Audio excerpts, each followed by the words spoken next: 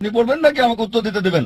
আপনার জন্য প্রথম দিকে একটু পড়ছি। আপনি উত্তরে সন্তুষ্ট না? না, যাই হোক, আপনি বলুন আমার উত্তরটা। সন্তুষ্ট না হলে আমি উত্তর দেবো না। আমি সন্তুষ্ট না। তাহলে কি আছে সেটা ভুলে যান। ঠিক আছে, যদি আপনি সন্তুষ্ট থাকেন আপনার হাতের উত্তরটাই, তাহলে এটা যথেষ্ট।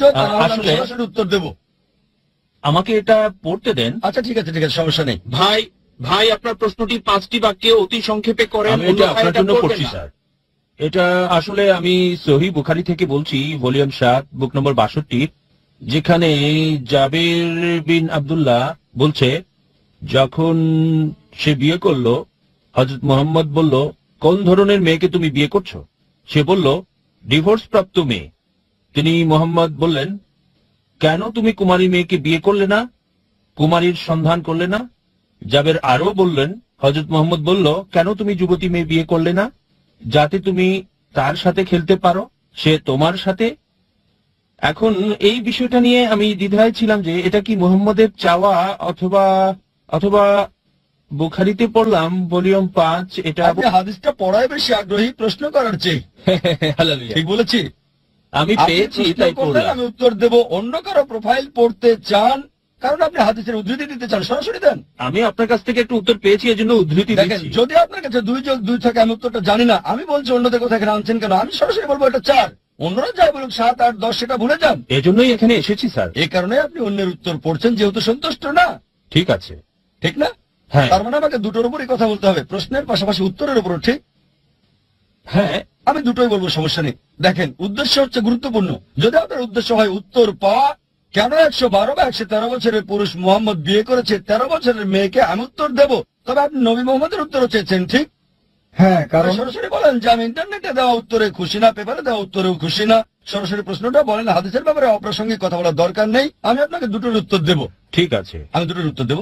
আশা করি আপনার উত্তরে সন্তুষ্ট হব ইনশাআল্লাহ। ইনশাআল্লাহ। বলুন স্যার। এটা আপনার উপর নির্ভর করে আমি বললাম 2+2 = 4, আপনি বলেন 5। আমার কিছু করার নেই। আপনার কথা মানবো, তবে যেটা আমার কাছে বিশ্বাসযোগ্য। অবশ্যই অবশ্যই বিশ্বাসযোগ্যটা বিশ্বাস করবেন। আমার বিশ্বাসে একমত হবেন না যতক্ষণ আমার এই সব হচ্ছে কন্ট্রাডিকশন। সরি, প্লিজ বলুন স্যার। কি বলেন আপনি? প্লিজ বলুন স্যার, কারণ আপনার উত্তরটা শুনতে চাই। এখন যদি নবী মুহাম্মদ সাল্লাল্লাহু আলাইহি ওয়াসাল্লামের ব্যাপারে বলেন, ঠিক আছে, এই বিষয়ে পরে আসছি। এখানে মুহাম্মদ নামের ব্যাপারে বলেছেন। হ্যাঁ, কারণ এটা একটা আর্টিকেল। আফ্রিকার দেশে, সোমালিয়া 112 বছর না কত জন বলেছেন? হ্যাঁ, 13 বছরের মেয়েকে বিয়ে করেছে। হ্যাঁ স্যার, আর এটা পঞ্চম বিয়ে। পঞ্চম বিয়ে?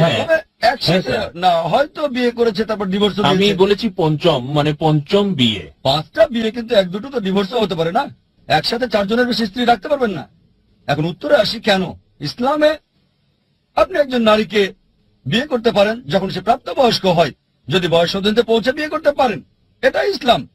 ঠিক আছে? সাবালিকা হলে এটা মহিলাদের, আর পুরুষদের প্রাপ্তবয়স্ক থেকে মৃত্যু পর্যন্ত তার পছন্দের যে কোনো নারীকে। আপনি কি আপনার চেয়ে 15 বছরের বড় কাউকে বিয়ে করবেন? না না, আপনার পছন্দ। কিন্তু নবীজি মুহাম্মদ তার পছন্দে বিয়ে করেছিলেন।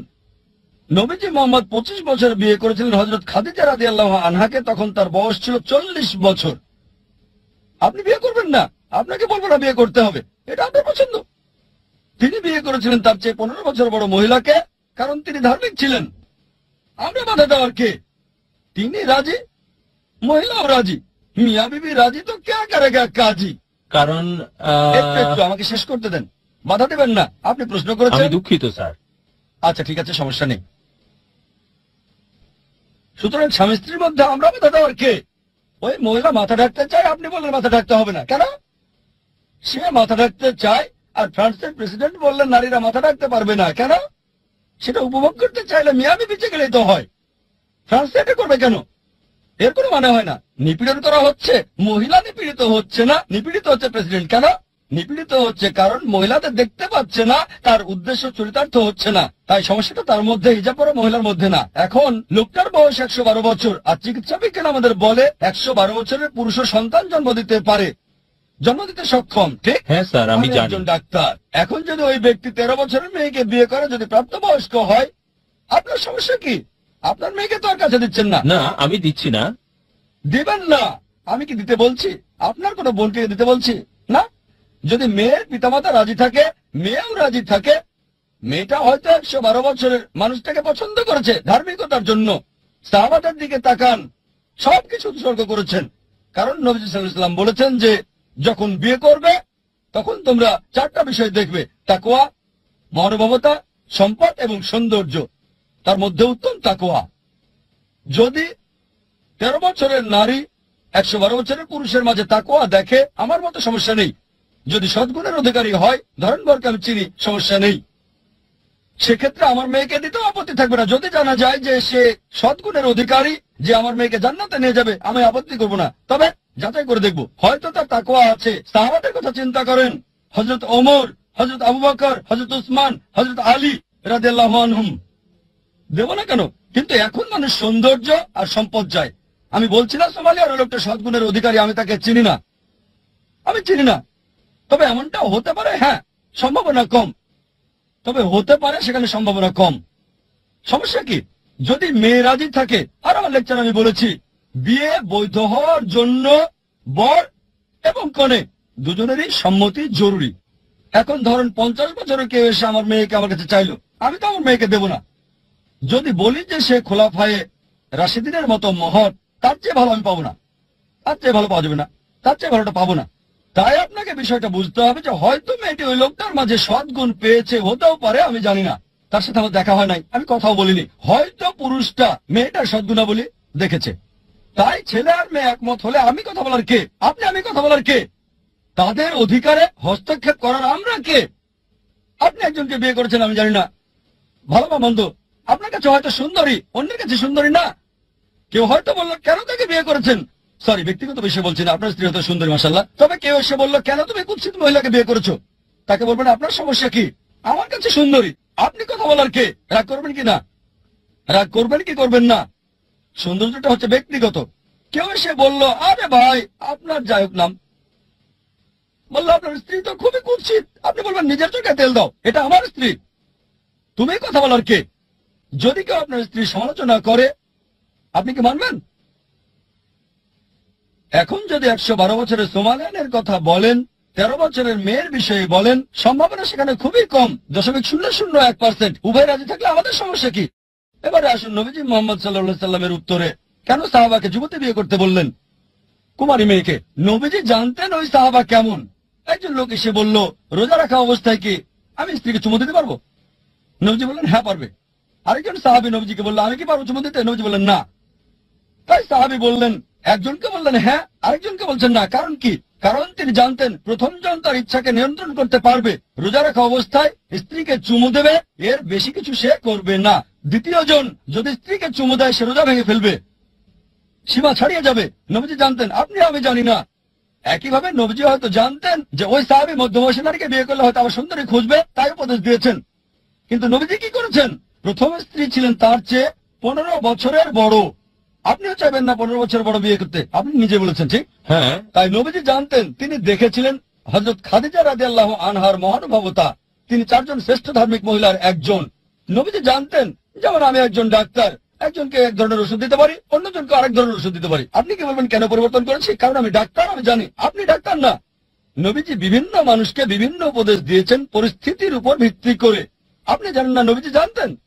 আপনি কি মনে করেন নবীজির কথা মিথ্যা? তার কথা সঠিক। কেউ কুমারী পছন্দ করতে পারে, কেউ বয়স্ক নারী পছন্দ করতে পারে। আপনাকে যা বুঝতে হবে, এটা আসলে কোনো সমস্যা না, এটা নবীজির দেওয়া একটা উপদেশ। তিনি কি ভুল কিছু বলেছেন? না, সঠিক বলেছেন। তার জীবনে দেখেন, যাদের তিনি বিয়ে করেছিলেন তাদের মধ্যে একজন ছিলেন কুমারী, বাকি সবাই হয় ডিভোর্স প্রাপ্তা, না হয় বিধবা ছিলেন। স্যার, এটা আসলে 112 বছরের কাউকে বিয়ে করার আর না করার বিষয় না। আপনি প্রশ্ন করেছেন, আমি উত্তর দিয়েছি। আমি আপনাকে জিজ্ঞেস করছি যে স্যার, কোরআন কিভাবে এই লোকদের সাথে সম্পর্কিত? কোন লোক? কোন লোক? এই যারা নির্দিষ্ট বয়সে বিয়ে করে, তারা চায় অথবা না চায়, তারা কাউকে পছন্দ করে। ইচ্ছার বিরুদ্ধে মেয়েদের বিয়ে করো না, সূরা নিসা অধ্যায় 4 আয়াত 19। কিন্তু যদি মহিলা চায় আর পুরুষ চায়, আপনি আমি বাধা দেওয়ার কে? আপনার সমস্যা কোথায়? আপনাকে জিজ্ঞেস করছি। আমি জিজ্ঞেস করছি, যদি সে এই মহিলাকে নিয়ে সন্তুষ্ট থাকে আর মহিলা যদি ওই পুরুষকে নিয়ে সন্তুষ্ট থাকে, আপনার আমার সমস্যা কোথায় বলেন? এটা কি অযৌক্তিক? না। সন্তান জন্মদানে সক্ষম? হ্যাঁ। সমস্যা কোথায়?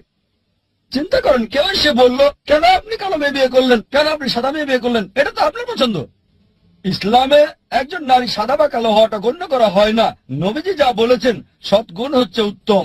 কেন সোমালিয়ার ওই 112 বছরের লোক বিয়ে করেছে 13 বছরের মেয়েকে, আমি জানি না, জানার দরকারও নেই। এটা কি সত্যি? তবে সম্ভাবনা খুবই কম, হতে পারে। একই বিষয় যা নবীজি বলেছিলেন। তাই আমি আপনাকে বলছি, যদি ছেলে মেয়ে রাজি থাকে তাহলে কেন আপনি প্রশ্ন তুলতে যাচ্ছেন? আমার কথা হচ্ছে আপনার কি অধিকার আছে, এটা আমার প্রশ্ন। আপনাকে বলছি আপনার কি অধিকার আছে কিছু বলার, যখন স্বামী স্ত্রী তাদের পছন্দ মতো কাজ করছে। এটা কোরআনের বিরুদ্ধে যাচ্ছে না, এটা আপনার অধিকারকে হরণ করছে না। স্যার আমি বলবো, স্যার এটা তাদের ইচ্ছা বা অনিচ্ছা, আমি তাদের বিষয় দেখছি না। তারা 112 বছরের পুরুষ মানুষ বা 13 বছরের মেয়ে, যাই হোক, আমার কথা হলো কোরআন এটা সমর্থন করে কিনা যা তারা করছে, তাদের এই কাজকে। আপনি শুনেছেন, বিয়ের জন্য শর্ত হচ্ছে প্রাপ্তবয়স্ক হতে হবে। তারা কি প্রাপ্তবয়স্ক হয়েছে কিনা? 13 বছরে কি প্রাপ্তবয়স্ক হয়? হ্যাঁ কি না জানেন কি আপনি? বলেন। না। বয়ঃসন্ধি হতে পারে 13 বছরে? আপনি জানেন না, বিজ্ঞান বলছে। ডাক্তার স্যার আপনি বলুন। ভারতে, জি স্যার, দিল্লিতে একটা রিপোর্ট ছিল, যদি একটা মেয়ে 10 বছরে প্রাপ্তবয়স্ক হয় এতে আশ্চর্য হওয়ার মতো কিছুই নাই। 10 বছরে খুবই স্বাভাবিক।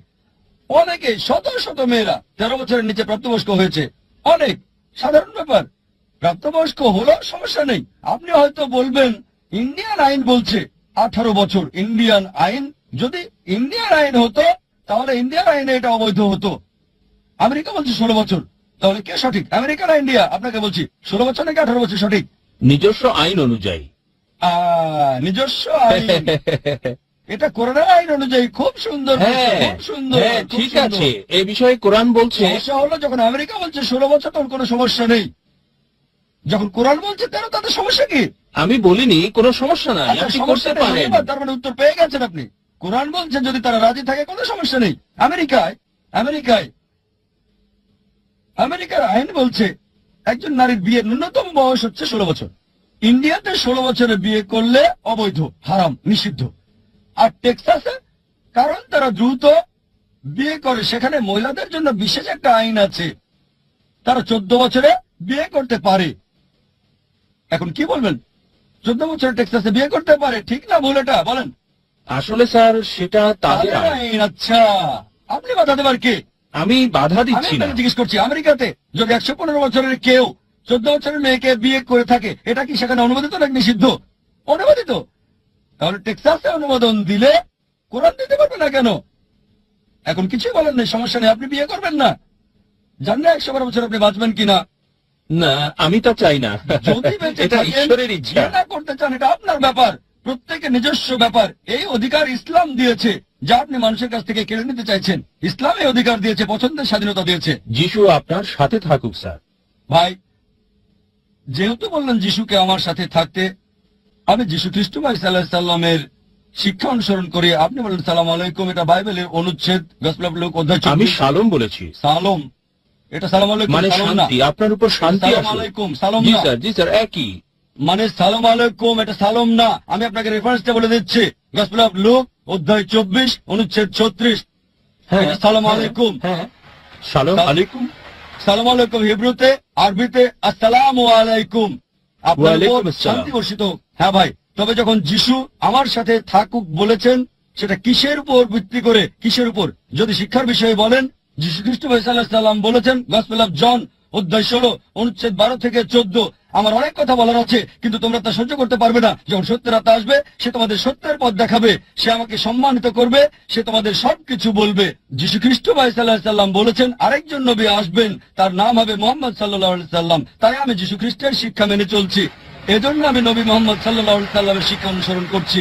যদি আপনি যিশু খ্রিস্ট ভাই সাল্লামকে অনুসরণ না করেন, সেটা আপনার সমস্যা। আমার ভিডিও ক্যাসেট দেখতে পারেন, ইসলাম এবং খ্রিস্টান ধর্মের সাদৃশ্য, অনেক কিছু সেখানে জানতে পারবেন। যে কোনো প্রশ্নের জন্য লাইনের পেছনে গিয়ে আবার প্রশ্ন করুন, লাইনের পেছনে গিয়ে প্রশ্ন করুন।